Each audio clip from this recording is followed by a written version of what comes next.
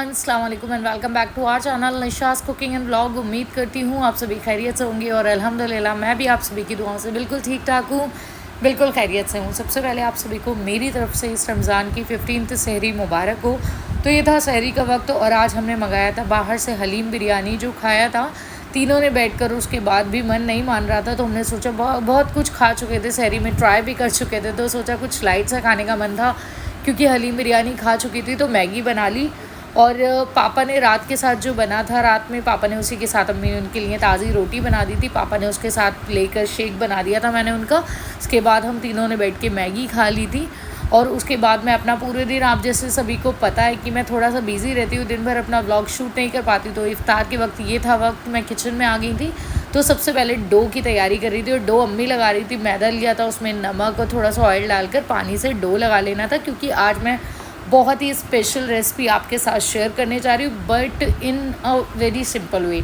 तो सबसे पहले यहाँ पर लिया था मैंने लगभग आधा किलो थोड़ा मोटा कुटा हुआ कीमा था, हाथ का कुटा हुआ कीमा था, जिसे मैंने वॉश करके रख दिया था। इसे बोल में डालिए और ये इसके सिंपल से मसाले जो आपको किचन में बहुत ही आसानी से मिल सकते हैं। 1 टीस्पून नॉनवेज मसाला, 1 टीस्पून लाल मिर्च पाउडर, 1 टीस्पून पीली मिर्च पाउडर, अगर पीली मिर्च नहीं है तो लाल मिर्च यूज़ कर सकते हैं, 1 टीस्पून गरम मसाला और 1 टीस्पून नमक। सब मसालों को डाल देना और उसके बाद 4 से 5 हरी मिर्चें। और मैंने इस कीमे के साथ ही थोड़ा सा फैट यूज़ किया था, लगभग 1 टेबल स्पून फ्रेश कटा हुआ हरा धनिया और लगभग एक मीडियम साइज़ की रफली चॉप की गई प्याज।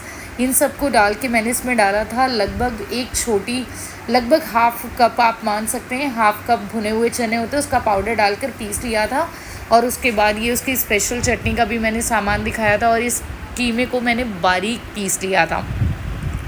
और उसके बाद इस तरफ मैं इफ्तार की तैयारी करने लगी थी, क्योंकि आज मैं अपनी जैसे कि आप सभी को पता है, मैं अपने रेगुलर व्लॉग में आप सभी के साथ एक स्पेशल रेसिपी, या कई बार ज़्यादा वक्त होता है तो मैं यही को, अभी तक तो मैं यही कोशिश कर रही थी कि हर व्लॉग में मैंने 2 रेसिपीज़ आप सभी के साथ शेयर की थी। बट ये हो रहा है कि अब इन दिनों मैं बहुत ज़्यादा थोड़ा सा बिज़ी रहने लगी हूँ, तो फिर भी यही कोशिश होती है कि जो मेरे व्यूअर्स हैं, जो मेरी फैमिली है, जो मुझे रेगुलर देखते हैं, तो थैंक यू सो मच उसके लिए। मैं आप सभी के साथ रेगुलर एक स्पेशल रेसिपी ज़रूर शेयर करती हूँ और बिल्कुल कोशिश करती हूँ इस चीज़ के लिए। लेकिन स्पेशल इफ़्तार की जो मैं रेसिपी शेयर कर रही थी, उसके साथ ही साथ मुझे इफ़्तार की भी तैयारी करनी थी, तो वहाँ पर मैंने दूसरी तरफ डाल दिए थे आलू के पकौड़े जो फ्राई हो रहे थे, और उसी के साथ साथ मैं अपने बाकी काम भी देख रही थी। और अम्मी भी आज मेरी काफ़ी हद तक हेल्प कर रही थी। जो मैंने कीमा पीसा था, अम्मी उसे शेप दे रही थी इस तरह से, और अम्मी ने इन्हें सीख में डालकर उन्हें शेप दे रही थी। और अम्मी, मतलब मेरी अम्मी वैसे तो मेरी चॉपिंग में ही हेल्प करती हैं और हर तरह के, ऐसा नहीं है। और आज वैसे तो वो बैठकर आराम से सारे काम चॉपिंग वगैरह के देख लेती हैं, लेकिन आज वो मेरे साथ ही किचन में खड़ी हो गई थी। उन्होंने कहा लाओ कबाब वगैरह मैं शेप कर देती हूँ, ताकि तुम आसानी से इफ्तार की तैयारी कर लो। और डो जो था अम्मी ने उसे भी रेस्ट पे रख दिया था, ताकि वो भी थोड़ा अच्छे से मैच्योर हो जाए। और उसके बाद यहाँ पर मैंने मिर्च वाली पकौड़ियाँ, जो पापा की फेवरेट होती हैं, मेरे पापा को बहुत ही पसंद है। उम्मीद करती हूँ कि जो मेरे नए व्यूअर्स हैं और मेरे जो व्यूअर्स हैं, मेरे चैनल को कंटिन्यूस देखते हैं, आप सभी को मेरी वीडियोस, मेरे व्लॉग्स पसंद आते होंगे। अगर कोई भी कमी लगे तो आप बेझिझक मुझे कमेंट सेक्शन में बता सकते हैं। मैं बिल्कुल ट्राई करूँगी उसे इम्प्रूव करने का, ताकि मैं और अच्छे से अच्छे व्लॉग्स और रेसिपीज़ आप सभी के साथ शेयर कर सकूँ। और दूसरी तरफ फिर मैंने डाल दी थी प्याज वाली पकौड़ियाँ। और मैं इन दिनों पता है क्या कर रही हूँ, जो मैंने आटे का, मतलब जो चावल को पीस के रखा था ना, वो मैं थोड़ी सी, मतलब बहुत ज़्यादा क्वांटिटी में नहीं, प्याज की पकौड़ियों में भी डाल लेती हूँ, उससे और ज़्यादा क्रिस्पी मेरी पकौड़ियाँ बन रही है। और उस तरफ अम्मी यहाँ पर चपाती बेल रही थी, जो मैदे का डो उन्होंने लगाया था ना, तो वो उसी की तैयारी कर रही थी। यहाँ पर अम्मी ने कुछ बॉल्स, डो बॉल्स बना के रख ली थी, फिर उसे बेल रही थी।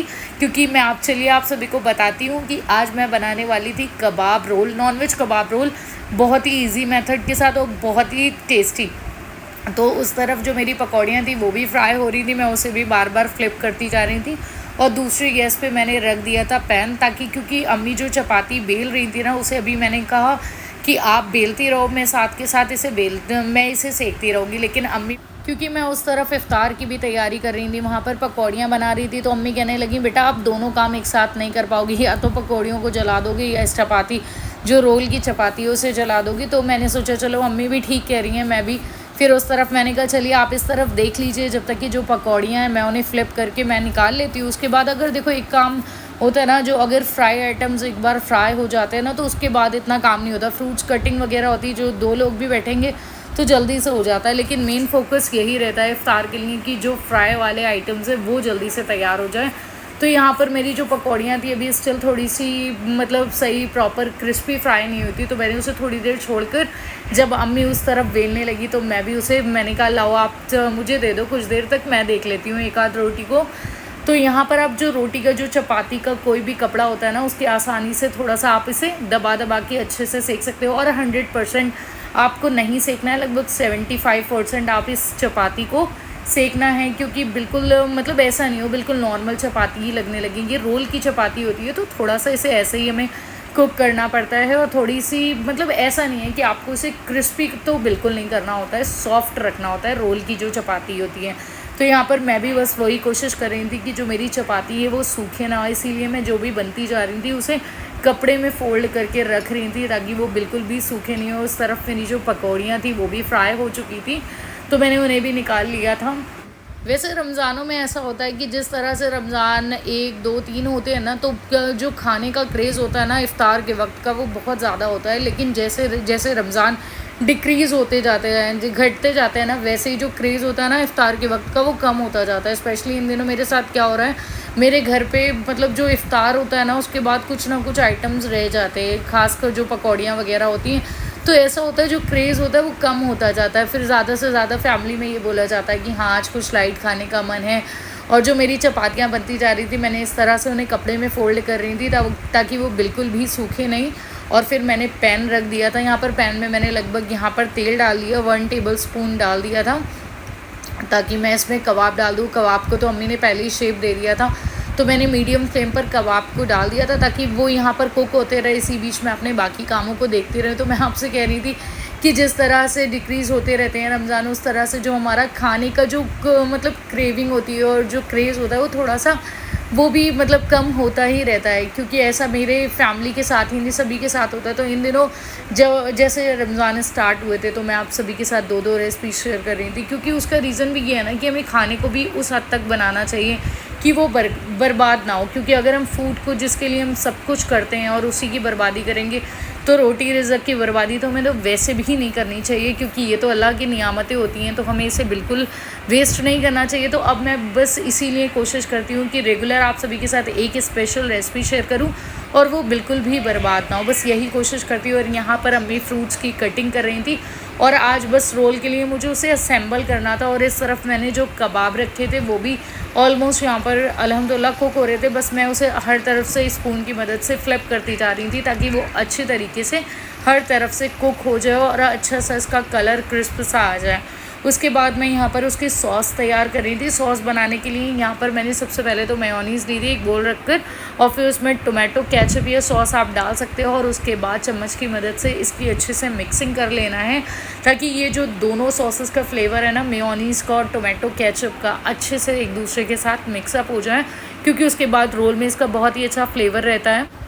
और उसके बाद बारी थी इसके फाइनल स्टेप की, विच इज़ इसकी असेंबलिंग करना है। असेंबलिंग के लिए सबसे पहले मैंने एक प्लेट में एक चपाती रख ली थी जो भी मैंने तैयार की थी अम्मी के साथ मिलकर, और जो सॉस तैयार की थी सिर्फ सेंटर पार्ट में लगाना है, आपको पूरी चपाती पर मतलब स्प्रेड नहीं करना है सॉस को, किसी भी स्पून की मदद से आपको बिल्कुल सेंटर पार्ट में इस तरह से लगा लेना है उस सॉसेस को। उसके बाद मैं जैसे कि आप सभी को बताती हूँ कि वेजीज़ के तो वैसे भी इसमें सलाद वगैरह यूज़ होता है, लेकिन मैं वही वेजीज़ यूज़ कर रही हूँ जो अम्मी ने अल्हम्दुलिल्लाह कटिंग करके रख दी, और मैं अब यही कोशिश करती हूँ उन वेजीज़ को हर रेसिपीज़ में अल्हम्दुलिल्लाह यूज़ ही कर लेती हूँ।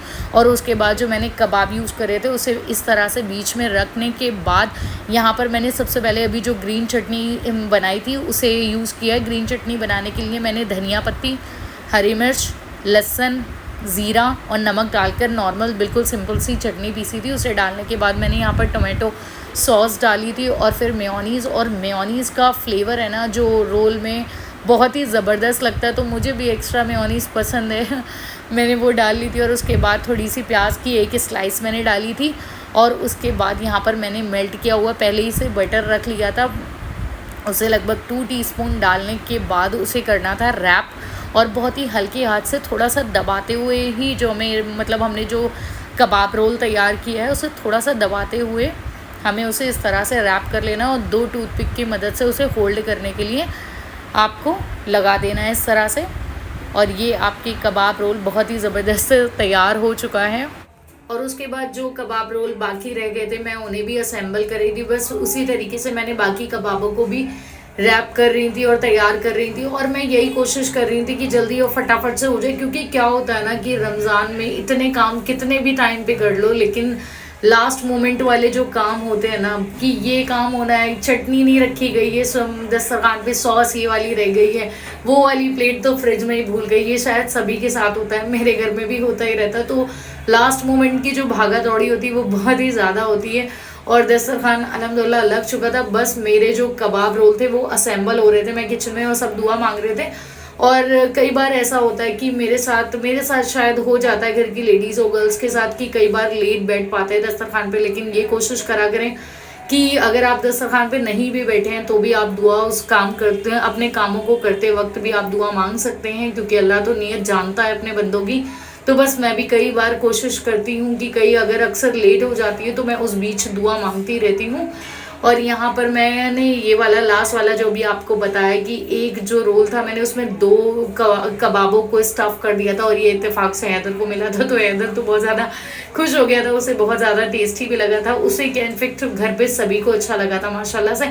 और बहुत ही सिंपल सी ईजी सी रेसिपी, और देखने में सोचो कि हाँ कबाब रोल बहुत मेहनत से बनते हैं, लेकिन नहीं, बहुत ही आसानी से बन गए थे और बहुत ही टेस्टी बने थे। आप देख सकते हैं इसकी स्टफिंग बहुत ही लाजवाब थी। सिर्फ मैं अपनी कुकिंग रेसिपीज़ की तारीफ़ नहीं करती, मैं उस खाने की तारीफ़ करती हूँ जो मैं बनाती हूँ, क्योंकि खाने को जब मेहनत से बनाते हैं तो हर रेसिपी बहुत ही अच्छी बनती है। आप लोग भी ट्राई करें, बिल्कुल सिंपल तरीके से बनाए थे। उम्मीद करती हूँ कि आप सभी को पसंद आए होंगे। और यहाँ पर दस्तरखान लग चुका था अल्हम्दुलिल्लाह, तो सब बैठ भी चुके थे और यहाँ पर सब दुआ मांग रहे थे। उसके बाद मैंने एक छोटा सा क्लिप शूट कर लिया था, ताकि आप सभी को रेगुलर शूट करती हूँ और शेयर करती हूँ आप सभी के साथ।